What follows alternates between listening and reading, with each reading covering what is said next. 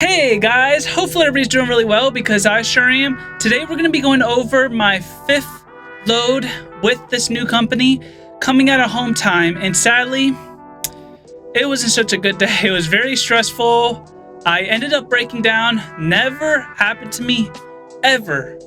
I've been trucking for a year and I've never had a major breakdown, but the day did come because eventually it will happen, and I broke down the side of the highway. Leaving the Hershey's factory, picking up chocolate, and I broke down on 81, which some people, if you live around there in Virginia, you know that 81's a little bit congested for sure. But other than that, let's watch the video and I will explain more as we get into it. So please enjoy, and also don't forget to subscribe as well. And other than that, please enjoy. Hey folks, hopefully you guys are doing really well. I am here at home for Labor Day weekend, and here is my truck that I brought home with this trailer, which is right behind me. It's not a bad looking truck at all. It's a 2020 Freightliner.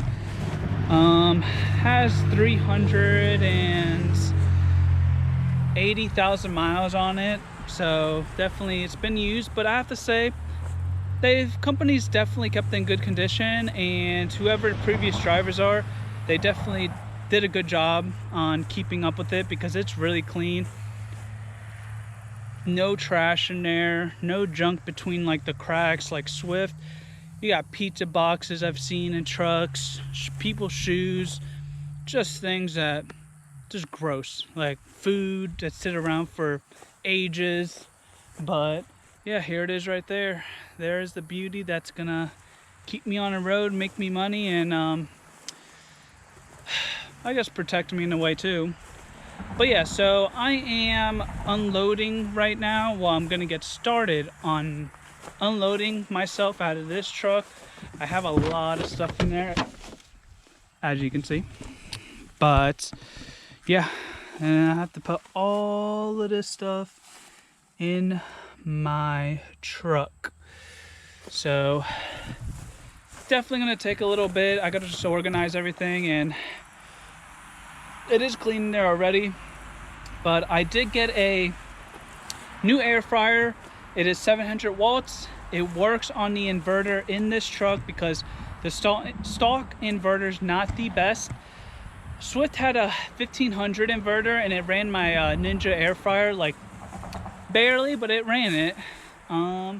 This inverter in this truck cannot do it. It starts to turn on the fans on the inverter and basically just cuts off because there's just too much wattage going through it.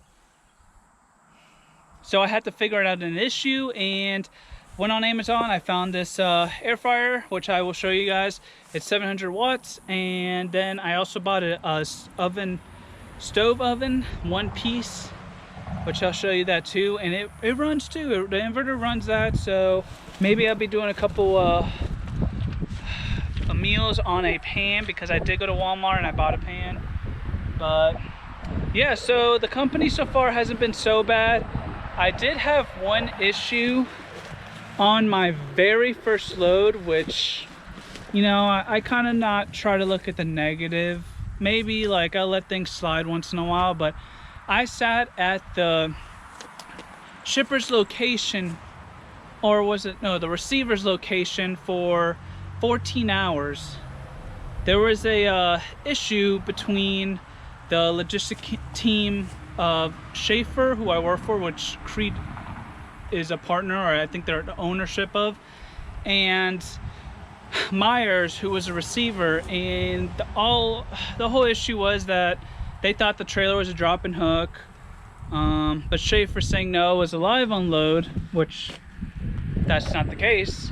So I ended up sitting there for 14 hours trying to get unloaded because they had to take each individual box out of the truck, and to make sure it is the right box, I got to scan it, put it into the right place in the warehouse, and that took a long time. That's why they wanted it to be a drop and hook, because if it was just a pallet, then it would have been a lot faster for sure.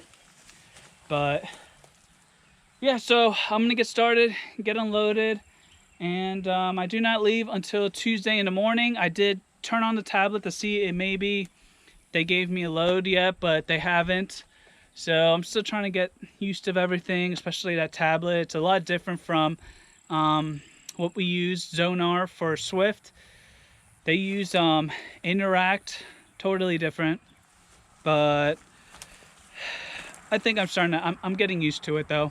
Being a little bit more efficient and faster navigating through it. All right. Well, let me have fun and try to get this truck unloaded. Well, guys, I broke down for the very first time, like a major broke down. After I left home yesterday, I went to go pick up a chocolate load. Everything was going a-okay. Truck was driving pretty good.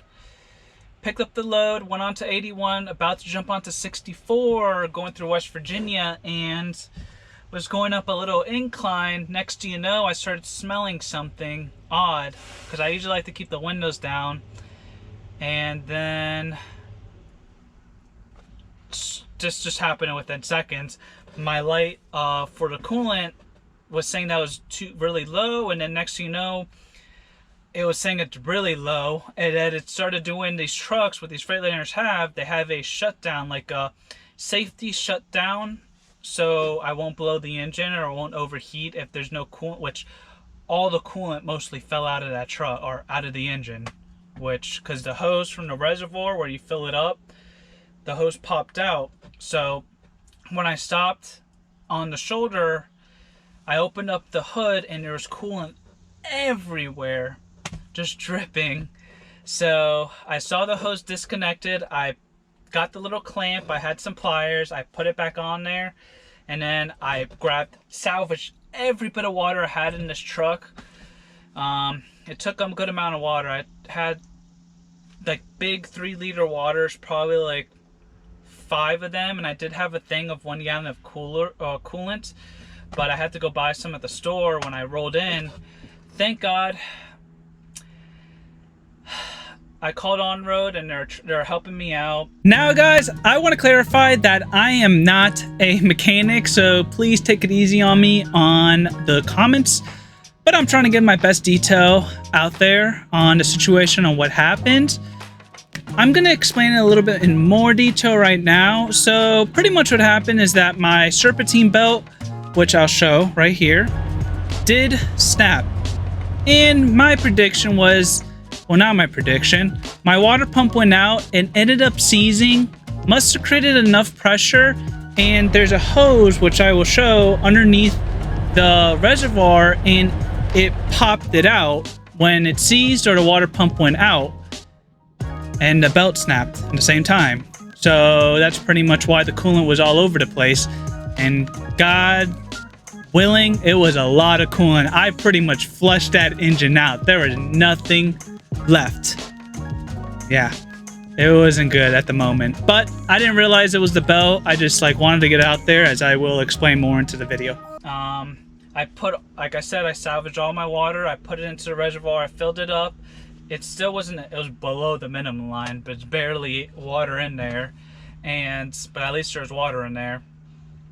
And so after I got all done, I did put out my triangles. A cop did come and he did turn on his lights for a little while, hung behind me just to notify other drivers, because 81, if you guys live in Virginia, going through 81 from, like, once you start heading into Roanoke, and between Roanoke and Harrisburg, it's pretty bad.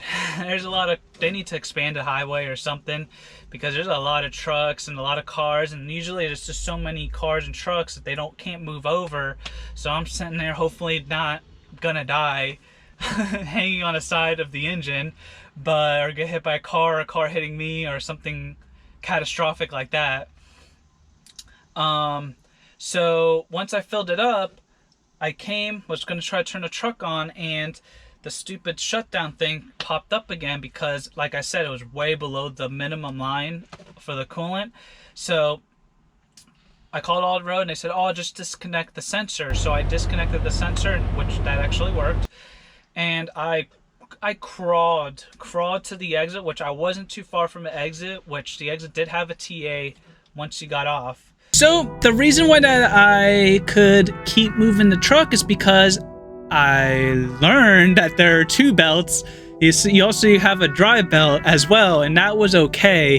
The serpentine belt is connected. I know it's connected to the alternator because when I was driving the truck to the TA, which I will explain more into the story, I did see that my battery wasn't charging. That should have been a one hint that my serpentine belt was not there. But also the truck was able to drive. It just wasn't able to put the coolant around the engine to keep it cool. So it was overheating, as you will see. So I crawled, went off the exit. I'm just watching the temperature is a little high. Of course, this is my luck. When I got to the TA, there was a big incline, and I'm pulling 43,000 pounds of Reese's chocolate behind me with the reefer. Going up this hill, trying to get to TA, I'm just watching that little heat needle or the needle at the dash just go from like 210, and it started getting close to the red once I got to the top of the hill, and then got pulled into the TA. I stopped, turned the truck off, let it cool down for a little while, and then I rolled into a parking spot. And yeah, long story short, I got in for the TA shop. They looked at it. I didn't realize it was the belt that snapped, because I didn't really think about it, and this is like the first time it's ever happened. And like I want to say, I am somewhat knowledgeable. I'm definitely learning now, but I'm somewhat knowledgeable about cars and engines, but not an expert. And I really just wanted to get out of the highway, and it was running, so I didn't really think about it. So they said, yeah, probably either the alternator or the pump went bad or ceased from their point of view. So they called my company and said, hey, like, do you want us to replace it, stuff like that. Of course, I guess TA is just known for ripping people off. Instead of them, they'll take advantage of labor like crazy. Instead of a job that takes probably 4 hours, they'll take 12 hours at a time to get it done. So that's probably one reason why they don't trust these places to get them fixed. And also, it's probably really expensive.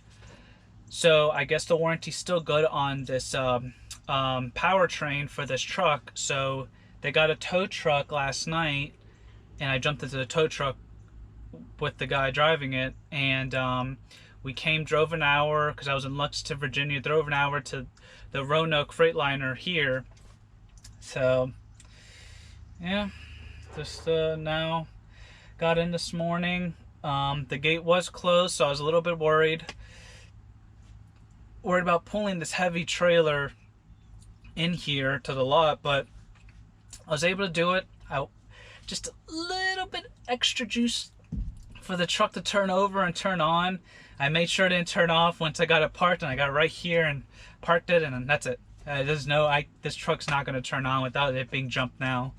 So definitely got lucky on that. But my company did give me a hotel last night. Motel 6. Wasn't bad. Could have been worse. The hotel wasn't too bad. Yeah, they got me a ride there. So the tow guy took me there because it's on the way back, just down the road over here. But yeah, so that's pretty much an update on everything. Now I'm just I'm gonna go grab my laptop and head in. They have like a little driver's lounge area, hang in there for a while, and I don't know how long I'm gonna be here. They have a couple trucks they still got to get in, so it could be sometime this afternoon, or I don't know. I'm gonna have to get a ETA on what's going on here soon, probably around lunchtime. The company wants me to ask them like what's happening or how much longer, because then they have to figure out if they're gonna replace or give me a replacement, or they're gonna have to probably give me another hotel tonight. Most likely that's probably what's gonna happen. But yeah, so I'll keep you guys updated. But man, yesterday I didn't really film too much, or I didn't film at all. It was just crazy. But at least I was able to, I packed all my stuff, everything was ready to go. I hope I don't have to switch trucks because I have to take everything out of this truck. So we'll see. So I didn't really film after this because once that truck was done, I hustled it out of there and I drove most of the night. Luckily, after that video, I did contact my parents who were in Roanoke at the time, and they ended up picking me up and we went to what was it, Red Robin, which is really good. But yeah, so I didn't really sit around that much in the driver lounge area, but I did tell them to drop me back off afterwards. And when I got there, it was just a couple more hours and the truck was done, and I just said, man, I had a full clock, I'm just gonna ride, make some money. So I rode that night and just didn't film. I think I went to Ohio to make a drop off, or Indiana, one or two. But yeah, so that was pretty much my situation on my very first breakdown in a semi-truck and dealing with the company, which everything went pretty smoothly. They'll give me some breakdown pay, so not a lot, but at least so something. So other than that, I'm gonna end the video here, guys. Please subscribe, and hopefully you're enjoying what you're seeing. Also, I'd like to hear from you on your opinions on what I had to say, so leave them in the comment section below. And other than that, hopefully you guys have a good rest of the day and be safe out there on the road, guys. Bye.